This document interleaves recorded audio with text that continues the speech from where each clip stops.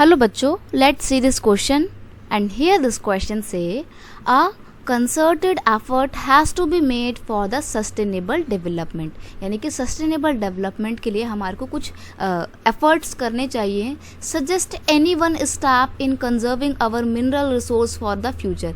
Future में आने वाली जनरेशन के लिए हमें मिनरल रिसोर्स बताने हैं, तो उसके लिए हम क्या क्या स्टेप्स ले सकते हैं ताकि अपने मिनरल रिसोर्स को बचा सकें. तो आपको कोई वन स्टेप बताना है. तो क्वेश्चन बहुत सिंपल है. देखो, इस चैप्टर से ना लॉन्ग क्वेश्चन बनता भी नहीं है क्योंकि बहुत ज़्यादा सारी चीज़ें हैं नहीं लिखने के लिए आपके पास. तो यहाँ पे क्वेश्चन का की कॉन्सेप्ट क्या है? Conservation of mineral resources.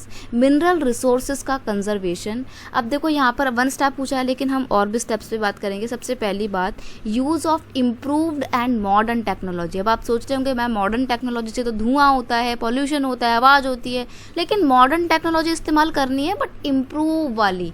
ऐसा ना हो कि आप आउटडेटेड वही पुरानी घिसी पिटी टेक्नोलॉजी का इस्तेमाल कर रहे हो जो बहुत धुआं निकाल रही है, बहुत गंदी सी इरिटेटिंग वॉइस निकाल रही है. तो ऐसे में आपका एयर पोल्यूशन भी होगा, एनवायरमेंटल पोल्यूशन भी होगा और नॉइज़ पोल्यूशन भी होगा. तो आपको ऐसा नहीं करना है. आपको अपने आसपास के इन्वायरमेंट को अच्छा करने के लिए इम्प्रूव्ड टेक्नोलॉजी का इस्तेमाल करना है, जिसका ना सिर्फ आप इस्तेमाल करेंगे बल्कि आपकी आने वाली जनरेशन भी इस्तेमाल करेगी. नेक्स्ट है रिसाइकलिंग ऑफ द मेटल्स. जो भी धातु होती हैं, जो भी मेटल्स होती हैं, चाहे वो आयरन की मेटल हो या एल्यूमिनियम हो, जो भी मेटल हो, उसको आप रिसाइकल करिए ना. आप जैसे आपने आयरन का बॉक्स है आपके पास, एक बार आपने कुछ सामान रखा, वो सामान खत्म हो गया, आपने फेंक दिया डब्बे को. ऐसा मत करो. उस डब्बे को दोबारा किसी और सामान को रखने के लिए इस्तेमाल में लाओ. तो रिसाइकलिंग करनी पड़ेगी, तभी हम अपने नेचुरल रिसोर्सेज को बचा पाएंगे. Use the minerals in planned and sustainable manner. ऐसा ना हो कि आप रेकलेसली विदाउट एनी प्लानिंग अपने मिनरल रिसोर्सेज को इस्तेमाल कर रहे हैं और अपनी आने वाली जनरेशन का खास ख्याल रख ही नहीं रहे हैं. ऐसा बिल्कुल भी नहीं करना है.